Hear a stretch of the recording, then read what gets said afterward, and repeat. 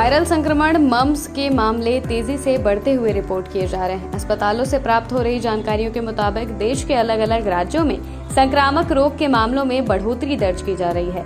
Doctors ने बताया कि बच्चे इसके सबसे ज्यादा शिकार हो रहे हैं। मम्स अति संक्रामक वायरल संक्रमण है, ऐसे में इसके प्रसार का खतरा काफी अधिक होता है।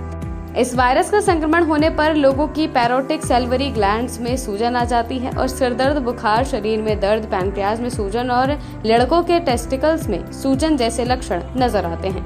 कई लोगों को ये संक्रमण होने पर भूख नहीं लगती है। इस वायरस का खतरा बच्चों और कम इम्यूनिटी वाले लोगों को ज्यादा होता है। हालांकि ये किसी भी उम्र के लोगों को संक्रमित कर सकता है। अगर किसी को गले के आसपास दर्द हो, कान के पास सूजन हो, शरीर दर्द हो या बुखार हो तो लोगों को डॉक्टर से मिलकर जांच करनी चाहिए। आज इसी पर बात करते हैं। विशेषज्ञों से जानते हैं कि आखिर बच्चों में इस संक्रमण के क्या लक्षण होते हैं, क्यों बच्चों में संक्रमण तेजी से फैलता है, इसके आउटब्रेक होने की वजह क्या है और कैसे इससे बच्चों को बचाया जा सकता है। आरोग्य इंडिया से जुड़े हैं पीडियाट्रिशियन डॉक्टर तरुण आनंद। उन्हीं से इस संक्रमण के बारे में तमाम जानकारियां लेते हैं। मम्स एक वायरल डिजीज है जो कि स्प्रेड होती है सलाइवा या ड्रॉपलेट इन्फेक्शन के थ्रू।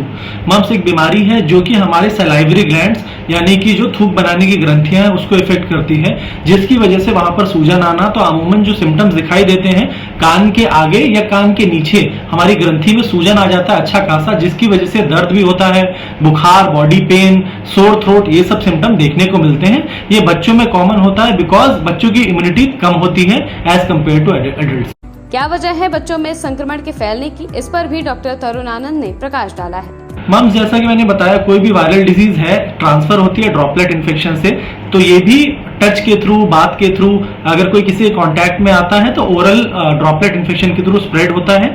और सिम्टोमेटिक होने में बच्चे के यहाँ पर एक्सट्रीम सूजन जो कि बहुत पेनफुल और टेंडर होती है, साथ ही साथ हाई ग्रेड फीवर, और ये सूजन परसिस्ट कर सकती है अप टू 2 वीक्स। क्यों हो रहा है इस संक्रमण का आउटब्रेक, क्या वजह है जो लगातार ये संक्रमण बच्चों को घेरता जा रहा है? देखिए, ये virus usually hot and humid condition में ही बढ़ता है।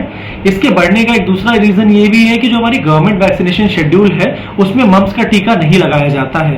हमारे यहाँ जो सरकारी टीके लगते हैं 9 महीने पे MR का टीका लगता है, जिसमें मीजल्स यानी कि खसरा और R रुबेला लगता है। जो M एक और लगना चाहिए जो प्राइवेट वैक्सीनेशन में लगता है मम्स, वो कहीं ना कहीं गवर्नमेंट में मिसिंग है। इसीलिए इसके आउटब्रेक्स थोड़े से कॉमनली देखने को इंडिया में अभी मिल रहे हैं।